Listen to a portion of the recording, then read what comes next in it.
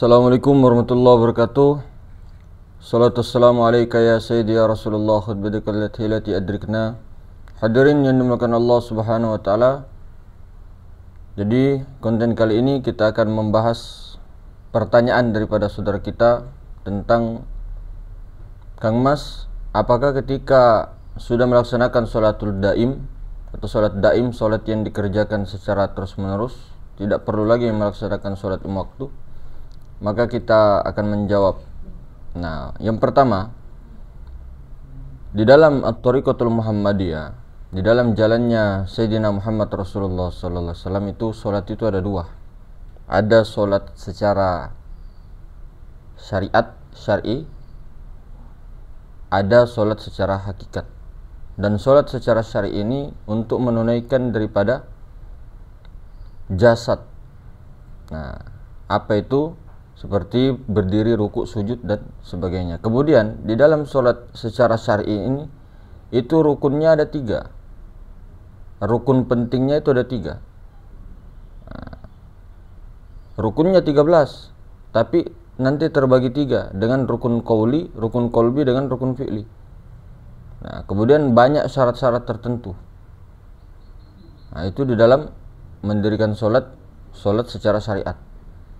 Nah, sementara di sholat hakikat atau sholatul daim tadi, sholat secara terus menerus, itu cuma satu rukun.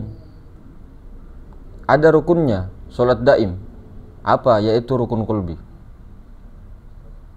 Jadi rukun qalbi ini hadirnya hati menghadap kepada Allah, hadirnya hati nurani, sir menghadap kepada Allah, menyaksikan Allah, itu yang dikatakan musyahadah. Itu yang dikatakan sholatul daim, sholat secara terus menerus.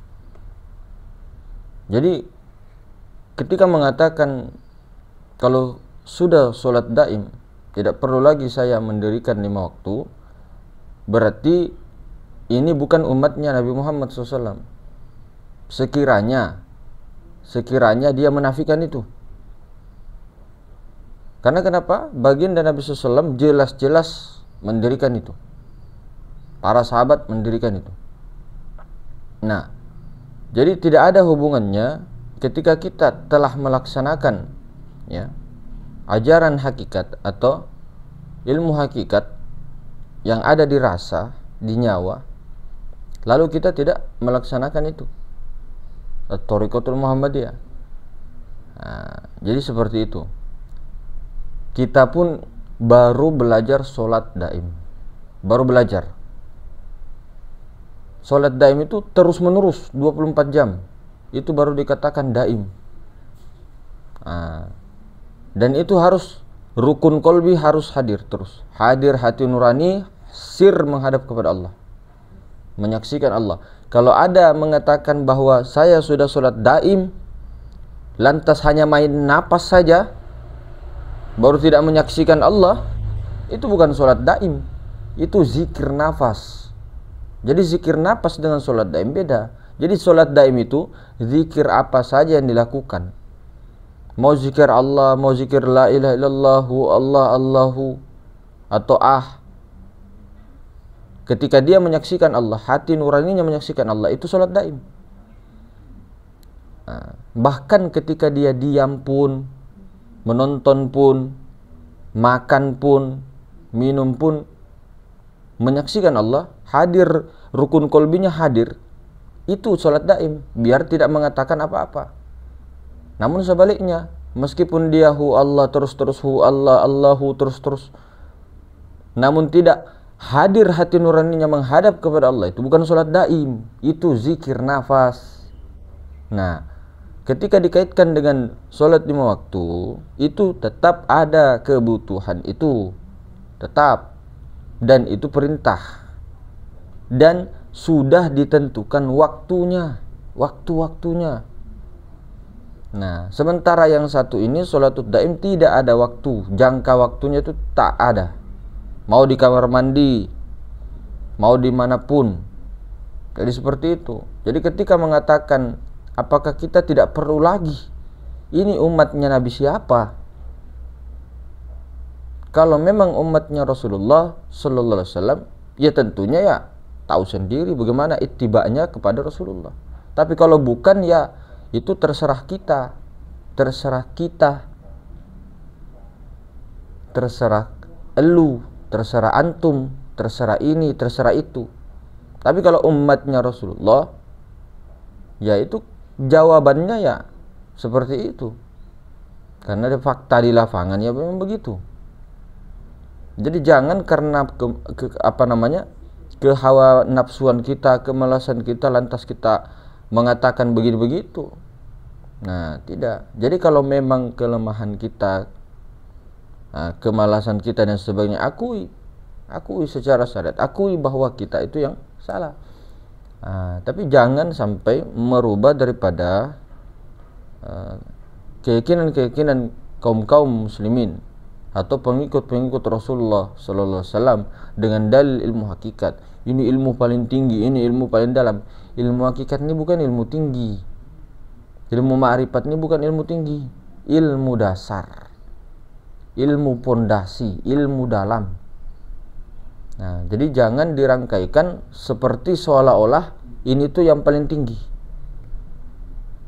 Yang paling tinggi itu syariatullah. Syariatullah itu yang paling tinggi, di puncak dia. Yang pertama ma'rifatullah. Ma'rifat dulu, baru tauhidnya, hakikat itu, baru toriko, jalan penyempurnaan untuk akhlak-akhlak, pembersihan jiwa, jalan mencapai fitrah, jiwa yang suci, jiwa yang tenang.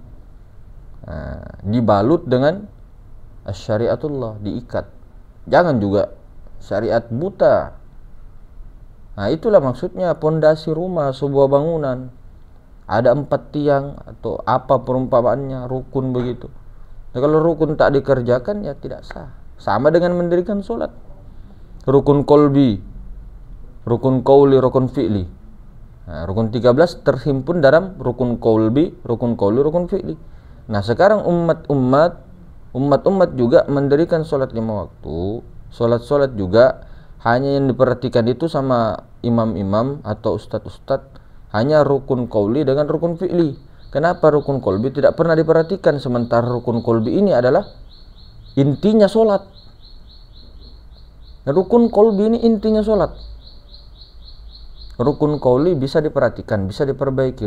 Rukun fi'li bisa diperbaiki. Oh, gerakannya begini. Oh, kalamnya begini. Tajudnya begini, makhrajnya begini, tahsinnya begini, bisa.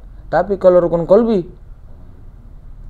kalau bukan guru yang mursyid ruhani itu, tidak akan bisa memperbaiki itu. Nah, inilah kelemahan inti ruh umat Islam telah hilang. Rukun qalbi ditinggalkan, baru senantiasa mengatakan solatku ini semua, ini saya sudah solat berapa rakaat begini, saya sudah selamat ini begini. Solat apanya kalau tidak ada rukun qalbi? Kalau mau bahasa ininya ya. Jadi jangan sampai juga kita menghina orang, menghina yang di luar, yang belum mau tergerak hatinya untuk sholat, sementara kita juga tidak ada sholat. Nah,